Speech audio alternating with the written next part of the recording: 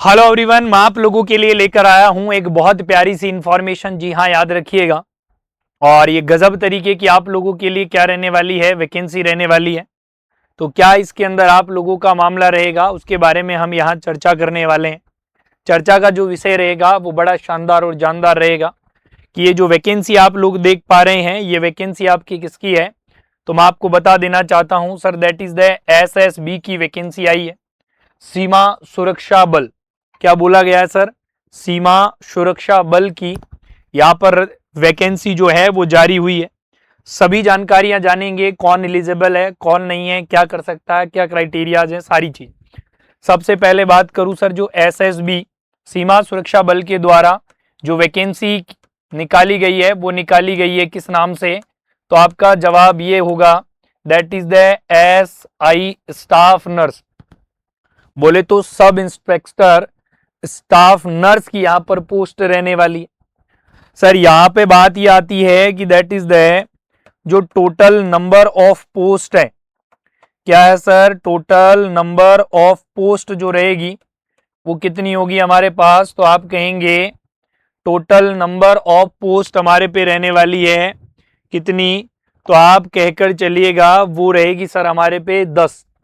चलिए जी, सवाल ये है कि ये जो वैकेंसी है इसके एप्लीकेशन फॉरम जो हैं वो हमारे कब स्टार्ट हुए हैं सर? एप्लीकेशन फॉरम कब स्टार्ट हुए हैं और हमारे जो है वो लास्ट डेट क्या रहने वाली है? तो इसके जो फॉरम की शुरुआत है वो शुरुआत कब हुई थी, कौन बताएगा?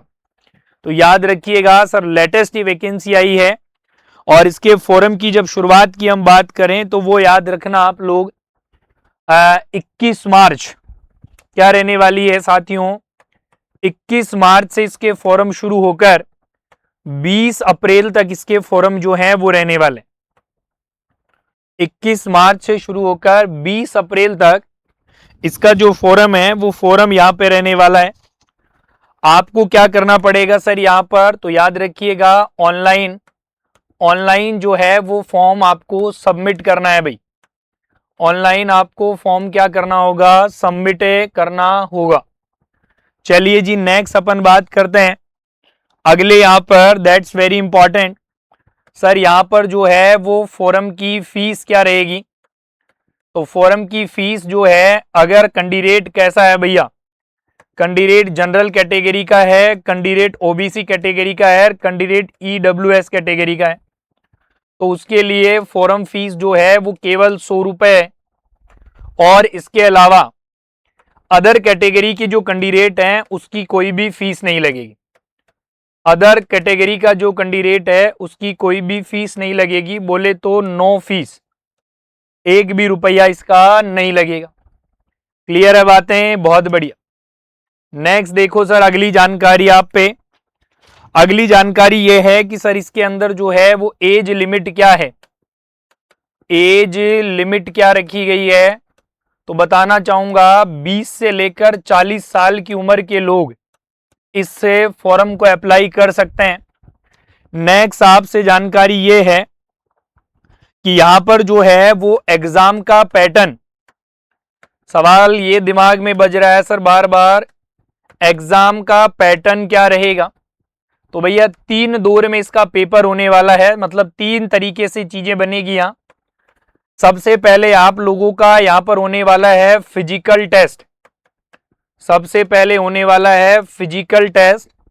उसके बाद में होगा आपका CBT exam, computer based exam होगा।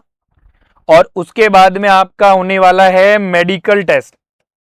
क्या होने वाला है? Medical test. जब मैं बात करूं सर यहाँ पे फिजिकल टेस्ट के बारे में, किसके बारे में बात करें अपन? फिजिकल टेस्ट के बारे में। तो यहां पर इन्होंने बताया फिजिकल टेस्ट 2 प्रकार से होगा। एक हमारे सामने होगा sir, that is the PET test, और एक होगा हमारे सामने PST टेस्ट।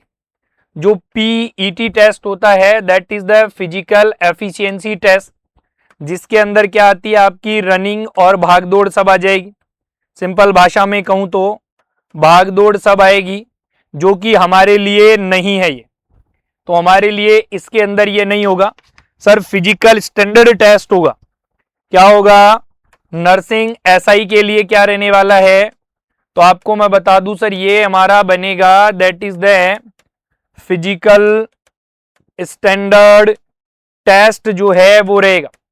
यहां पर सबसे इंपॉर्टेंट बात रहेगी सर हाइट को लेकर और वेट को लेकर। फिर मैं बता देना चाहता हूं, वेट मीजर नहीं करते हैं, वेट की वजह से कोई बाहर नहीं जाएगा, लेकिन हाइट अगर आपकी गड़बड़ है तो आप बाहर हो सकते हैं। तो हाइट आप लोगों की लगभग जो है वो 170, मतलब अगर मेल हैं आप तो 170 सेंटीमीटर प्लस के अप्रोक्स उन्होंने डाटा दे रखा है ना। तो वो आपकी यहां पर क्या होनी चाहिए भैया, हाइट जो है वो हाइट रहनी चाहिए। सर नेक्स्ट अपन बात करते हैं सीबीटी एग्जाम। तो यहां पर दो तरीके के सवाल बनेंगे आप लोगों पे। एक तो यहां पर जो है वो नर्सिंग का पोर्शन बनेगा और एक हमारे पास में सर नॉन नर्सिंग का। नर्सिंग के अंदर क्या आने वाले हैं सर, 100 सवाल होंगे नर्सिंग के और 50 सवाल होंगे नॉन नर्सिंग के।